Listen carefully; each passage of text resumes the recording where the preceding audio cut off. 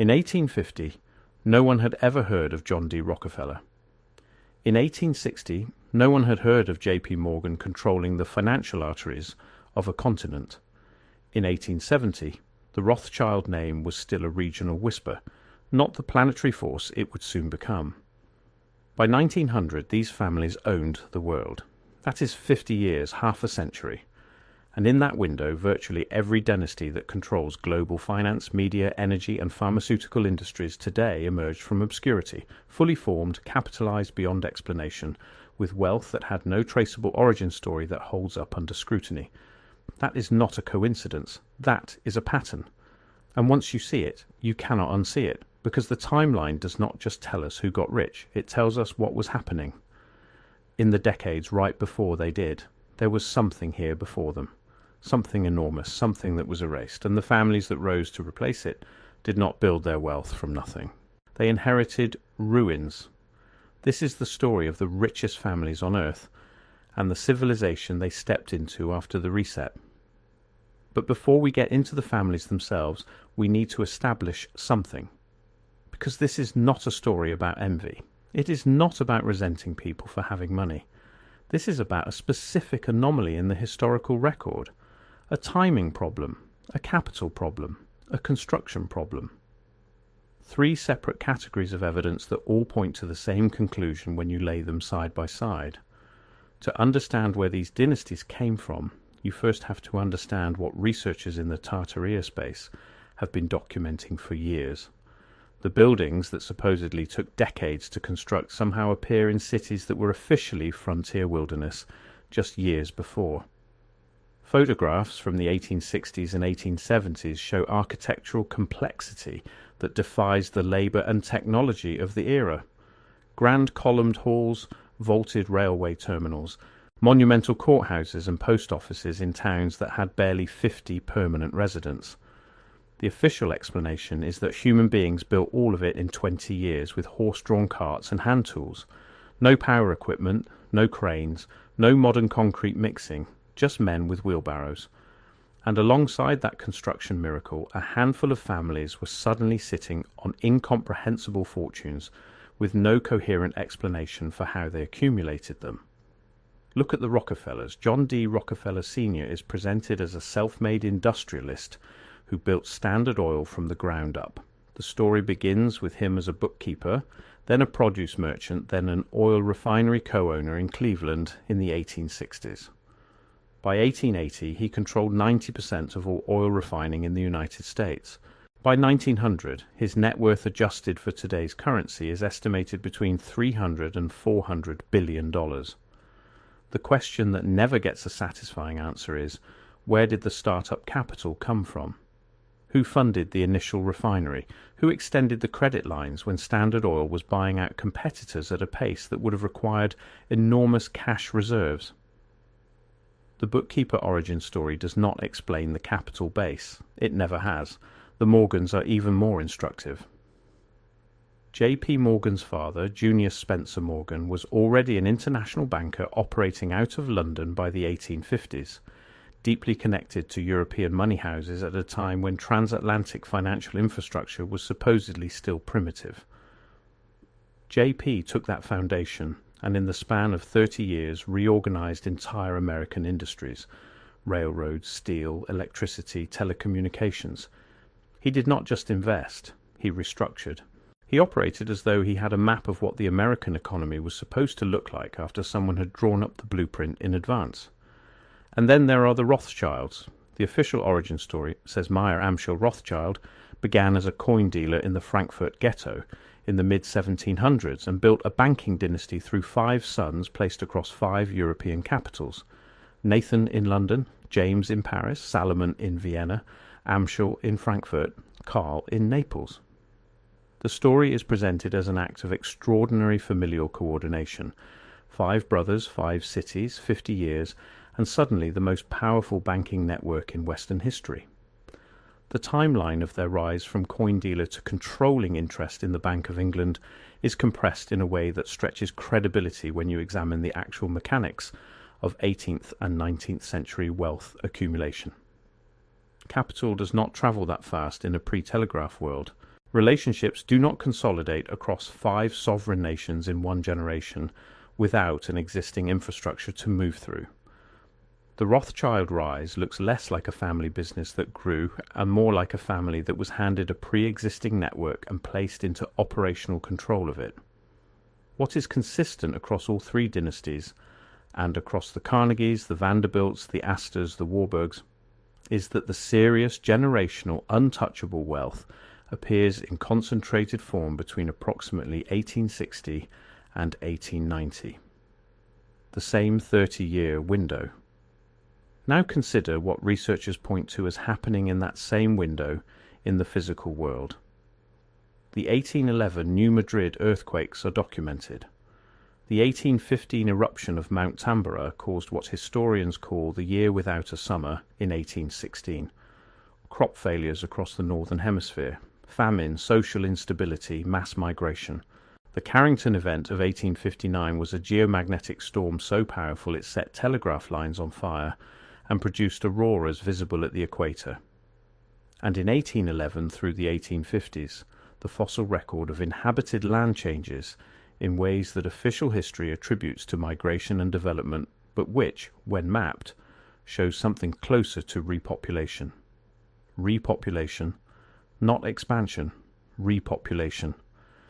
Cities that should show gradual architectural evolution instead appear almost fully formed in a single photographic era. The World's Columbian Exposition of 1893 in Chicago is one of the most studied examples. The buildings erected for that fair, the Court of Honor, the Palace of Fine Arts, the massive neoclassical structures that lined the lagoon, were supposedly designed and built in under 2 years. Contractors working around the clock, hundreds of thousands of workers, steel frames clad in a material called staff, a mixture of cement and fibre.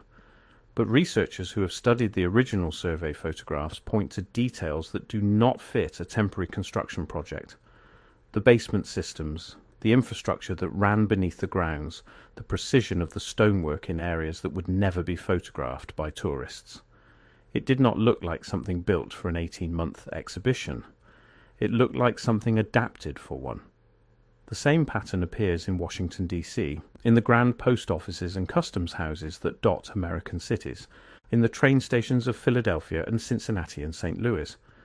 These are buildings whose construction timelines, when examined carefully, do not match the official record. And the families who emerged in this same era, they did not just acquire money. They acquired control of the new systems that were built to manage and extract value from populations resettled into a reorganized world. Rockefeller took oil, the energy infrastructure. Morgan took banking and credit, the financial infrastructure. Carnegie took steel, the physical infrastructure. Vanderbilt took railroads, the transport infrastructure. Astor had already locked up land. Each dynasty claimed a different layer of the rebuilt civilization. There is a term researchers use for this, the Great Reset. Not the recent one announced by the World Economic Forum, though the borrowed language is worth noting. The original reset that alternative historians point to is an event, or series of events, somewhere between 1800 and 1860 that depopulated significant portions of the earth, destroyed or buried the physical record of the prior civilization, the one that built those grand structures, and created a vacancy that was then filled by a new administrative class backed by concentrated, unexplained capital. The mud flood theory is one component of this framework. Physical evidence, researchers argue, shows that entire building floors were buried in sediment, ground levels raised, window wells dug out after the fact. Photographs show buildings whose first floors are inexplicably below street grade in cities that have no official record of flooding or burial events. Door frames that begin underground. Basement arches that were clearly once the ground floor entrance. Walk through the old districts of any major American city built before 1880, and you will find this pattern if you know what you're looking for.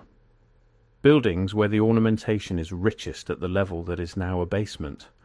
Cornices and carved stonework on what is now an underground facade. In some cities, entire underground street networks exist beneath the current grade. Seattle's underground being the most publicly acknowledged example, though the official explanation attributes it to a fire and subsequent rebuilding rather than a gradual burial event. The infrastructure beneath cities tells a different story than the infrastructure above them, and the families who showed up to claim all of it never had to explain why the ground floor was already underground when they arrived. The people walking into their banking positions and oil deals in the 1860s were not building on empty land. They were walking into a partially cleared, partially buried, fully vacated infrastructure, and they were given the titles and the charters and the financial instruments to claim it as their own. Where did the prior population go? That question sits at the centre of the Tartaria research community. The absence of bodies, the absence of transition, the genealogical dead ends that appear in family trees across North America and Europe around the same period. Census records that begin, not continue. Church registries that start, not resume. The families that emerge to rule the post-reset world share certain characteristics beyond their wealth. They are deeply interconnected through marriage, through shared banking relationships, through the same network of private clubs and institutions that began forming in the 1860s and 1870s.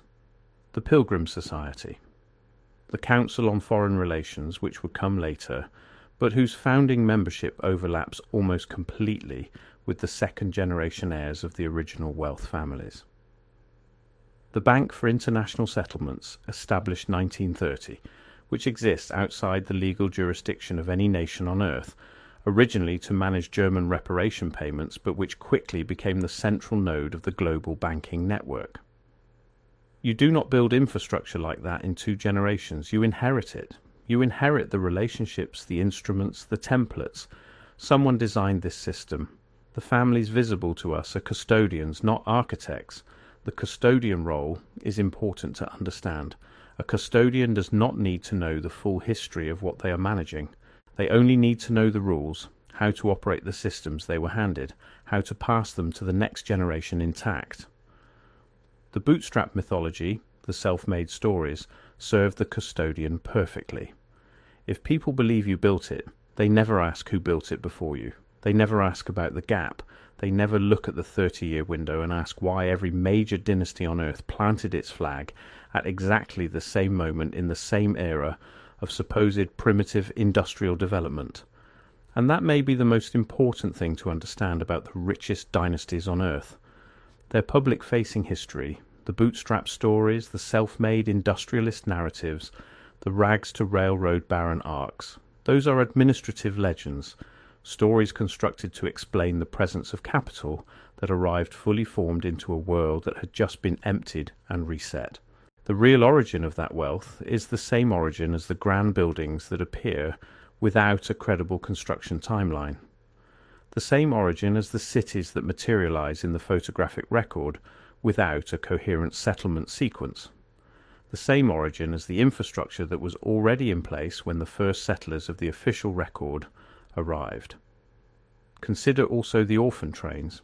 Between 1854 and 1929, an organization called the Children's Aid Society transported an estimated 250,000 children, labeled as orphans and street children, from New York west across the country, placing them with farming families across the frontier. The scale of that program has never been adequately explained by the street child problem of a single city. Researchers who look at those numbers against the backdrop of the reset ask a different question. Where did all those children actually come from? Were they orphans from a prior civilization's collapse? Children whose parents died or disappeared in events the new historical record never acknowledged? Official history calls in a humanitarian movement. The timing, the scale, and the systematic distribution of unclaimed children across a continent that was simultaneously being repopulated and rebranded sits uncomfortably alongside every other anomaly of the same era. It came from before, from whatever was here before the reset.